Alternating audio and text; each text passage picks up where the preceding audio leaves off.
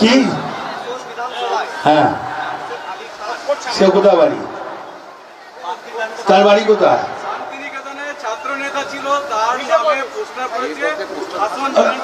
কোন সাংবাদিক মারা করেছি পয়সা দিয়ে? এগুলো তো সাংবাদিকদের কাজ। বললাম তো সাংবাদিক নেই, দল দল এসব করে না। কিছু সাংবাদিক আছে এই ছবি তোলার জন্য, এইসব করার জন্য এবং সাংবাদিকরা কিছু পয়সা দিয়ে করে কোনো ছবি। দেখুন, এসআর বলতে মমতা ব্যানার্জি এসআর শেষ করে দিয়েছে। ওরা ভেবেছিল 2 কোটি মুসলমানকে বাদ দেবো। যখন দেখলো এসআর মুসলিমকে বাদ দিতে পারলো না, তার জন্য মমতা ব্যানার্জি এই পশ্চিম বাংলার জন্য আজ গোটা ভারতবর্ষ তাকিয়ে বলছে মমতা ব্যানার্জি জিন্দাবাদ। তিনি সুপ্রিম কোর্টে লড়াই করলেন কার জন্য? সেখানে আমুল তো আছো, তুমিও তো আছো। কেন? মুসলিমরা কি অন্যায় করেছে? কার বড় ভাতে ছাই দিয়েছে? তাদের এখান থেকে তাড়িয়ে দিতে হবে। তাদের তো পূর্বপুরুষ এখানে জন্ম, তার তো বাপদাদাদের এখানে জন্ম, তাহলে তারা অন্যায় কি করল?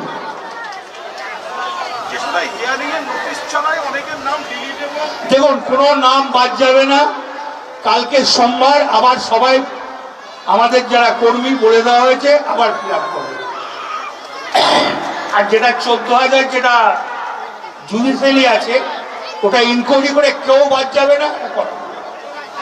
যেমন আমার বুথে, আমার পাড়াতে আমার 6টা বুথ, আমার যেমন 130টা বাদ গিয়েছে। আমার ওয়ার্ড থেকে উঠে 29 ওয়ার্ডে গিয়েছে 4 জন, সুদূত্তর ওয়ার্ডে গিয়েছে 3 জন, 7 জন। আমি বলে দিচ্ছি 6 জন মারা গেছে। সেগুলোকে বাদ করলে তো হবে না। চেষ্টা করল, অনেক রকমের চেষ্টা। মুর্শিদাবাদে কত বাদ গিয়েছে? 1 চিটিয়া মুসলমান পেরেছে। বাধ্য বলে বাদ দেওয়া যায় না ভাই, আইনটা জানতে হবে। সবাই কি আজকে রোহিঙ্গা একটাও পেয়েছে?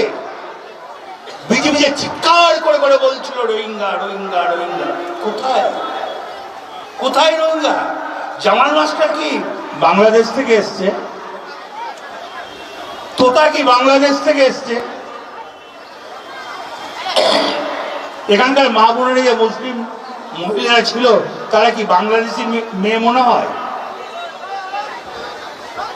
তাদের এখানে জন্মস্থান, তাদের বাবার ভিটে, শ্বশুরের ভিটে, তাদের এখানে কি করে বাংলাদেশি হলো? কি করে রোহিঙ্গা হলো?